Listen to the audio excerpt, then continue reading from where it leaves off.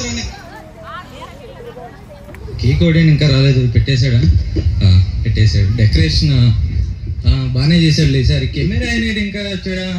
వచ్చాడు. ఎప్పుడైనా బాబు ఫోకస్ చేయమ్మా, బాగా రావాలి ఎప్పుడులాగే, సరేనా? ఏంటి హడావిడని చూస్తున్నారా?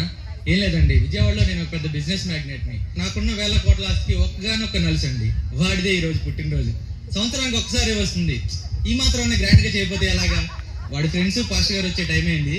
ఇక్కడ ఉన్నాడు. నాన్న చిన్న తండ్రి కేక్ కట్ చేద్దు కానీ రామ్మా, మీ ఫ్రెండ్స్ వచ్చే టైం అయింది.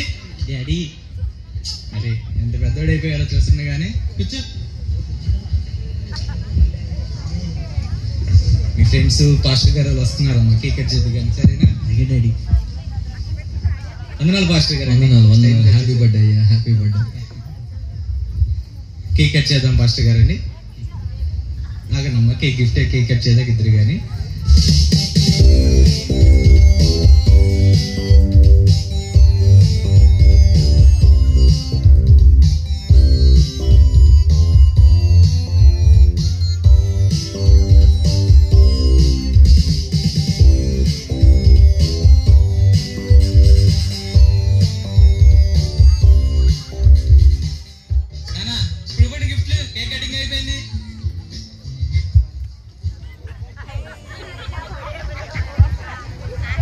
పాస్టర్ గారండి అంతా బాగా జరిగింది.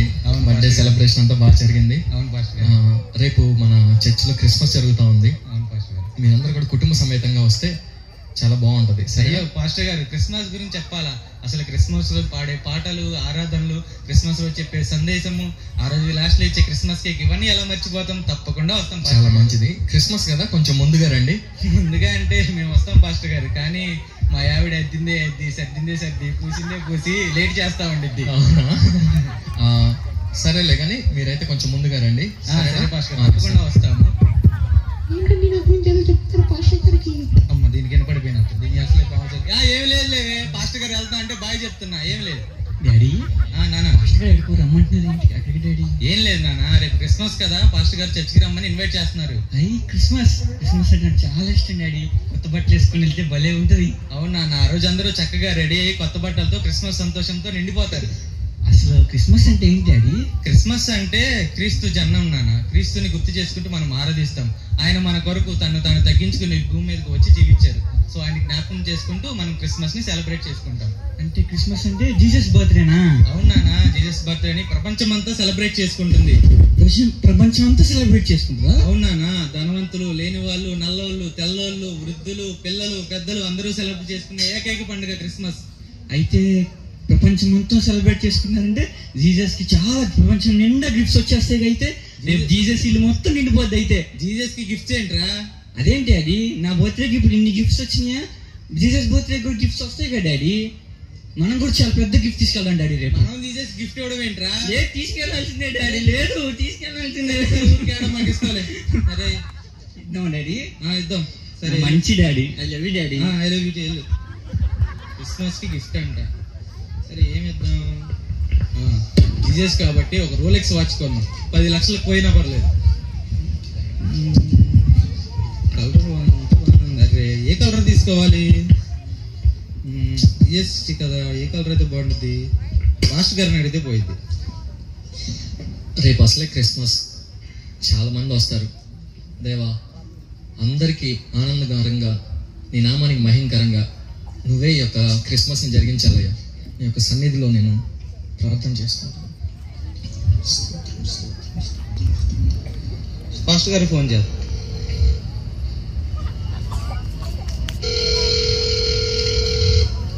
ఎవరో ఫోన్ చేస్తున్నారు. కరెక్ట్ ప్రార్థన చేసుకునే టైంకి వస్తాయి ఈ ఫోన్లో. జోషి చేస్తాడు. Hello Joshi. Praise lord pastor గారు అండి. ప్రైజ్ లార్డ్ అయ్యా. ప్రైజ్ లార్డ్ చెప్పయ్యా జోషి. ఏం లేదు పాస్టర్ గారు అండి, రేపు క్రిస్మస్ కదా, గిఫ్ట్ తెద్దాం అనుకుంటున్నాను. రోలెక్స్ వాచ్ 10 లక్షలు ఖర్చు పెట్టి తెస్తున్నాను.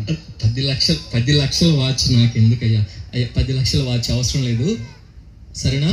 ఆ 10 లక్షలు పెట్టి దేవుని యొక్క సువార్త చేస్తే అనేక మందికి మనం సువార్త చెప్పొచ్చు, సరేనా? వాచ్ కోసం అంత 10 లక్షలు ఖర్చు పెట్టమాకయ్యా. పాస్టర్ గారు తప్పుగా అర్థమైనట్టు. హలో పాస్టర్ గారు అండి, వాచ్ మీకోసం కాదండి, దేవుడి కోసం అండి. నాకు కాదు. కాదండి, మీరు కాదు, దేవుడికి వాచ్ అయ్యా? అవునండి, రేపు క్రిస్మస్ కదా, దేవుడు పుట్టినరోజుగా, అందుకే జీసస్కి గిఫ్ట్ ఇద్దామని వాచ్ కొందామని రోలెక్స్ వాచ్ చూస్తున్నాను. ఏ కలర్ అయితే బాగుంటుందో చెప్పండి. ఆ కలర్ ఎలా ఉండాలంటే జీసస్ పెట్టుకోగానే నా చెయ్యి వైపే చూడాలి అందరూ. అయ్యా నువ్వు ఏం మాట్లాడుతున్నావు, నీకు అని అర్థమవుతుందయ్యా? అయ్యా జీసస్కి నువ్వు వాచ్ గిఫ్ట్ ఇవ్వడం ఏంటయ్యా? అయ్యా జీసస్ చెయ్యి ఎంత ఉంటుందో తెలుసయ్యా నీకు? దేవుని యొక్క చేతిలో మనుషులందరినీ కూడా చెక్కుకున్నాడయ్యా. అర్థమవుతుందా? ఈ భూమి మీద ఉన్నటువంటి మనుషులందరూ కూడా ఆయన యొక్క చేతిలోనే సరిపోతారు. ఇంకా నువ్వు అంత పెద్ద చేతికి నువ్వు వాచ్ ఏం పెడతావులే కానీ అయ్యా ఈ గిఫ్ట్ ఏదైనా ఉంటే నువ్వు మానుకో అయ్యా, సరేనా? సరే ప్రార్థన చేసుకుంటున్నాను. సరే నేను మళ్ళీ చేస్తా పాస్టర్ గారు, ఉంటా. అరే యాడ్ కార్డ్ దగ్గర పెట్టి క్యాన్సిల్ చేసాం, కొనేసి ఉంటే 10 లక్షలు పోయాయి. నేనేంటి ఇలా ఆలోచిస్తున్నాను, 10 లక్షలు కాదు 25 లక్షలు పోయినా పర్లేదు, మంచి కారు తీసుకెళ్ళాలి దేవుడికి. ఏ కారు అయితే బాగుండిద్ది? ఆడి కారు కొందామా? ఆడి కారు మనకెందుకు అయినా, బియ్యం డబ్బాల కార్లు ఇది వద్దు. ఇలా కాదు కానీ జీజస్లో లెటర్ జే, సో జేతో అంటే జాగ్వార్. చూద్దాం జాగ్వార్ కార్. అరే జాగ్వార్ కార్ 25 లక్షల్లో లేదుగా.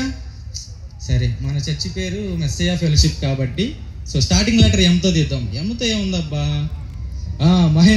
మహేంద్రలో మంచి కారు తీసుకెళ్దాం. పాస్టర్ గారు ఎలా వద్దంటారో నేను చూస్తా ఈసారి. మళ్ళీ ఎవరో ఫోన్, మళ్ళీ జోషి చేస్తున్నాడండి. హలో పాస్టర్ గారు అండి, ఏం చేస్తున్నారండి? నేను రేపు క్రిస్మస్ కదయ్యా, ప్రసంగానికి ప్రిపేర్ అవుతున్నాను. ఏంటి ప్రసంగం ప్రిపేర్ అవుతున్నారా? అవును. అదేంటి పాస్టర్ గారు అండి, మీరు డైరెక్ట్గా చెప్పరా, ప్రిపేర్ అయ్యి చెప్తారా? ఇంత ఎక్స్పీరియన్స్ ఉన్న మీరు కూడానా? అయ్యా ఎంత ఎక్స్పీరియన్స్ ఉన్నా సిద్ధపాటు లేకుండా ఏ పాస్టర్ గారు ప్రసంగం చేయరయ్యా. అయినా మా కష్టాలు మీకేం తెలుసయ్యా? ప్రతి వారం ఒక పెద్ద ప్రసవ వేదన అయిపోతుంది తెలుసా మీకు? ప్రసంగం విని జీవితాలు మార్చుకునే వాళ్ళకంటే ప్రసంగం విని మార్కులు వేసే వాళ్ళు ఎక్కువైపోయారయ్యా. ఇంకో విషయం చెప్పమంటావయ్యా? చెప్పిన మాట చెప్పకూడదు, చేసిన ప్రసంగం చేయకూడదు. ఏదన్నా ఒక ఉదాహరణ రెండోసారి చెబితే అదిగో అప్పుడు చెప్పారు కానీ అంటారు. ఏందయ్యా? అయినా మా కష్టాలు నీకు ఎందుకులే కానీ. సరే చెప్పయ్యా, ఎందుకు ఫోన్ చేస్తావు చెప్పయ్యా? ఏం లేదు పాస్టర్ గారు, నాకు రోలెక్స్ వాచ్ వద్దన్నారు కదా, ఈసారి ఏం తెచ్చాను గెస్ట్ చేయండి. 25 లక్షలు ఖర్చు పెట్టి కారు తెస్తున్నా.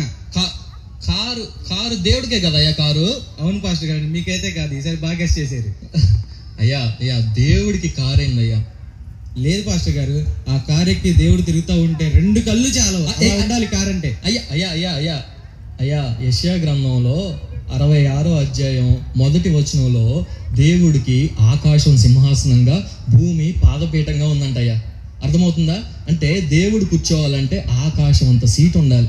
ఎంత గొప్ప దేవుడు మన దేవుడు. ఆకాశం అంత సీట్ ఉండే సీటింగ్ కెపాసిటీ ఉన్న కార్ ఏదన్నా ఉంటే కొని అప్పుడు నాకు ఫోన్ చేయ.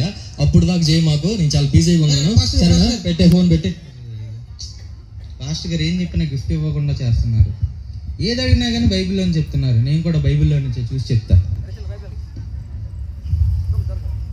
చాలా పేజీలు ఉన్నాయిగా, ఇప్పుడు ఇదంతా చదవాలంటే మన వల్ల అవ్వదు. గూగుల్ని అడుగుదాం. ఈ మధ్య అందరూ గూగుల్ని అడుగుతున్నారుగా. Okay Google, gift to Jesus. వచ్చింది. మత్తయి 2:11. తల్లి అయిన మరియను ఆ శిశువును చూచి సాగిలపడి ఆయనను పూజించి తమ పెట్టెలు విప్పి బంగారమును సాంబ్రాణిని బోలమును కానుకలుగా ఆయనను అర్పించిరి. ఇది దొరికింది ఎవిడెన్స్. ఈసారి అలా కాదంటారు, చూస్తా పాస్టర్ గారు.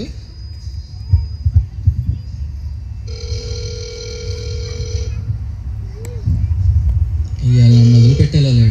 హలో పాస్టర్ గారండి. బాబు చెప్పయ్యా. జోషి, ఇందాక నుంచి నేను ఏ గిఫ్ట్ ఇద్దామని వద్దన్నారు కదా మీరు. నేను అలా అనలేదయ్యా. ఏం లేదండి, అసలు బైబిల్లో మత్తయి 2:11 ఏముందో తెలుసా అండి మీకు? తెలుసా?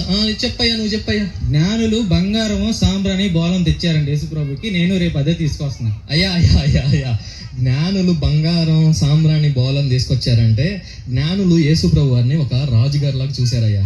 యేసుప్రభు వారు రాజుగారు కాబట్టి యూదుల రాజుగా పుట్టారని చెప్పి ఆయనకి ఘనతగా ఉండడానికి బంగారం, ఓకేనా, ఆయన పూజించడానికి సాంబ్రాణి, ఆయన యొక్క పునరుద్ధానాన్ని ఉద్దేశించుకొని వాళ్ళు బోలాన్ని తీసుకొని వచ్చారు. అర్థమైందా? నువ్వు బంగారం సాంబ్రాణి బోలం ఏం కొనాల్సిన అవసరం లేదు. వింటున్నావా? వింటున్నాను పాస్టర్ గారు. బంగారం ఏమో కొనాల్సిన అవసరం లేదు. బంగారం దేవునికి ఘనతగా ఉంది. అర్థమైందా? బంగారానికి రీప్లేస్మెంట్ గా దేవుడు మనకి ఏమి ఇచ్చాడంటే అందరినీ ప్రేమించాలి, అందరితోటి ప్రేమ స్వభావం కలిగి ఉండాలి, క్రీస్తు యొక్క ప్రేమని అందరికి చూపించాలని చెప్పి దేవుడు ఇష్టపడుతూ ఉన్నాడు. ఇక సాంబ్రాణి విషయానికి వస్తే అది మనము పరిశుద్ధ స్థలంలో ఉపయోగించేటువంటిది. సాంబ్రాణి ఎప్పుడైతే మనము వేస్తామో ఆ పొగ పైకి వెళ్తా ఉంటది. ఆ సాంబ్రాణి ప్రార్థనకి మాదిరిగా ఉంది. ఎప్పుడైతే మనం ప్రార్థన చేస్తామో మనం చేసేటువంటి ప్రార్థన భూలోకం నుంచి పరలోకానికి ఒక పెద్ద ధూపం వలె వెళతాయి. అర్థమవుతుందా?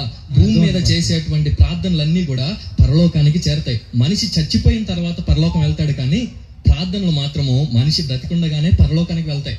ఇక బోలం విషయానికి వచ్చి బోలము మనము దేవునికి విధేయులుగా ఉండాలని చెప్పి విధేయతకి సింబాలిక్ గా ఉంది. కాబట్టి నువ్వు బంగారం, సాంబ్రాణి, బోలం ఖర్చు చేయాల్సిన అవసరం లేదు.